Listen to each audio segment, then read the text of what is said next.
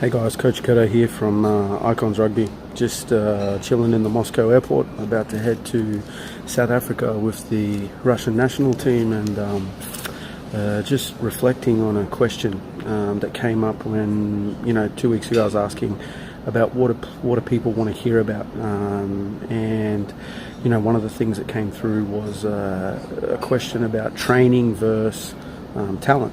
Like which is more important. And for me it kind of springs two really strong arguments that talent provides you with such an advantage up to a certain level. Talent without training is nothing, and training by its own is really nothing as well, because you can train your ass off and there's so many guys out there who just are not going to be as good as someone who's got a high talent, and that's the nature of the sport. But one of the things I want to touch on, and it really brings in the first kind of major point, is is it really, if you've got a little bit of talent, like raw talent, that comes in so many forms. And the worst thing about it is that we look at talent as a pure, I guess, X factor form, but talent can come in the way of reading the game. Talent can come in the way of having great camaraderie. Talent can come in the way of having an understanding of people. And that's something that a lot of coaches and a lot of environment around footy don't talk about. Is when someone talks about talent, you immediately think about your ability on the field, someone's ability to be better than someone else in a physical aspect. But there's so much more that goes into it. You talk about guys like Cam Smith. People say he's not the most talented footballer, but the thing is that he has one of the best talents in the world. Is that his ability to control the speed of a game is a talent in itself. He might not be the Tuivasa Sheks or these X Factor guys, but his ability to control the game is a talent that other people don't have. So it's really interesting, that component, that I wish that we would discuss the range of talents more, rather than just who's the kid who's got the best step, who's the kid who's got the best palm, or who's the kid who can have the best ball skills.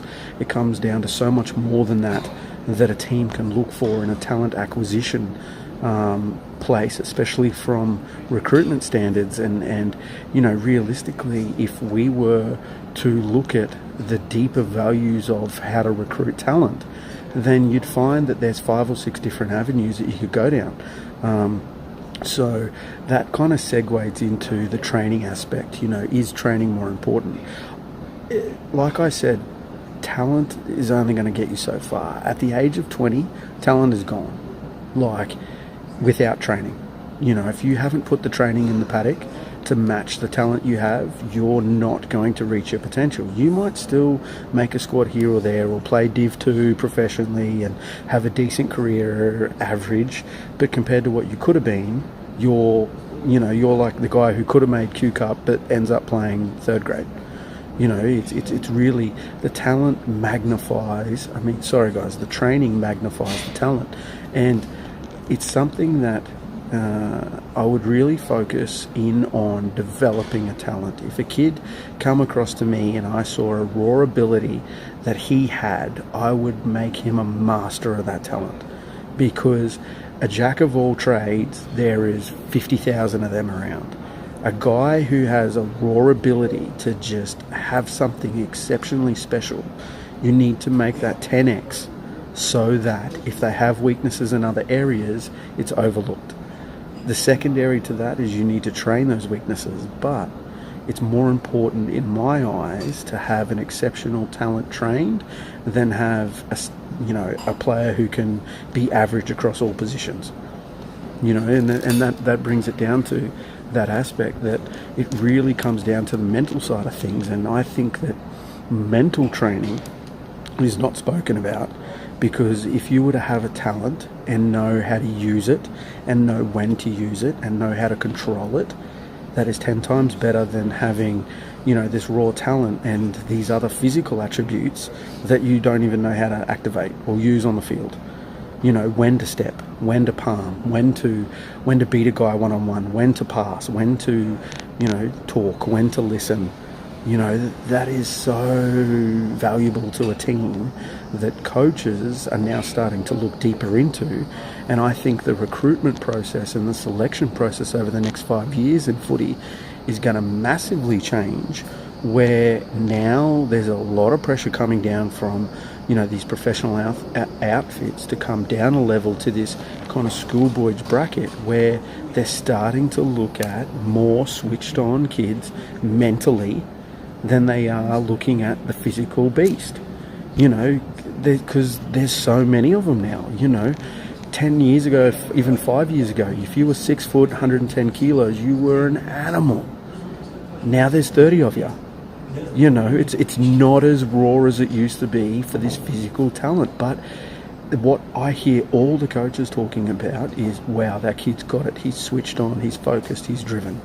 And they're getting more attention. So I think that the question when talking about talent versus training in the old version is so outdated, where it now needs to be spoken about what talent and what training, because the focus side of things, the mental side of things when it comes around to talent and training are so overlooked. But there's a huge shift that is starting to change, and I think that coaches and also organisations are starting to rein that in and identify and realise that, hey, there's something going on here. Like, I know 100% NRL clubs now do personality tests.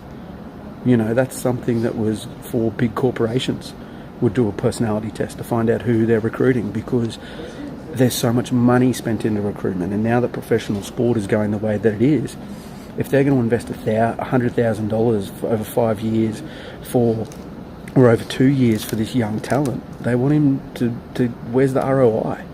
You know, where's the return on investment? It's you want that guy to turn into a 5-6 year prospect, because, you know, that's where you get your return. Not, you know, you spend $100,000 on 2 years and all of a sudden he's gone because he can't handle it, because he doesn't have the mental training, because, you know, he doesn't have everything else to match it. And the physical training without mental training is only for so long.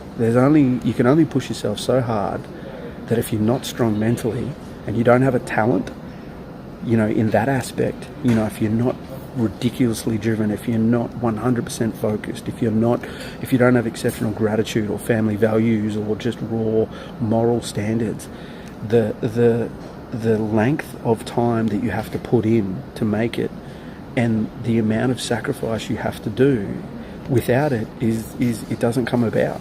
You know, I was listening to an interview the other day, and they were interviewing NFL players, and they talked about, would they go through what they go through if there wasn't money provided? And one guy stood up and said, hell no. You know, because it's not something that the average person can put themselves through day in, day out with all the pressures if there's not a reward on the back end. And the business side of things from the clubs, they want their reward too.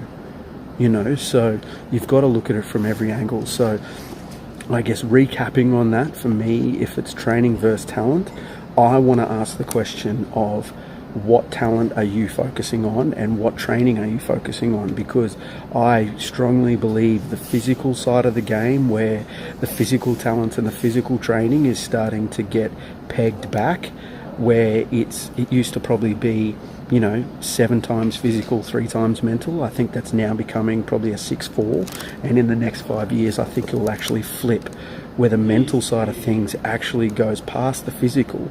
Because if mentally you can unlock a better physical, I guess, attainment of your abilities, then you'll actually execute 10 times better than someone who's actually got a higher physical capability. So it really comes down to what you can actually output, not what your potential output is. So, you know, that's just a bit of food for thought, and I'd love a conversation on this, because I think it's something that a lot of coaches talk about, but they'll always come back to the old headway of, I'll take talent, or I'll take hard work, or what the fuck is hard work? You know, what does that actually look like? What does that mean? Because I know for me, the number one thing I'm looking at when I look at players now is, yes, I look for a little bit of football ability, but really I'm looking for a good bloke. I'm looking for a guy who's switched on. I'm looking for a guy who'll jump at opportunities. I'll look at a guy who will put the team first. It's all about honesty and trust, and I think that's something that's missing. And you know, it's dangerous. So guys, if you have any thoughts on this, or want to chuck any comments, then just throw them in below, or send me a video like Annalisa did. That was fantastic. That conversation's going to keep going. But all right guys, I'm out. Peace.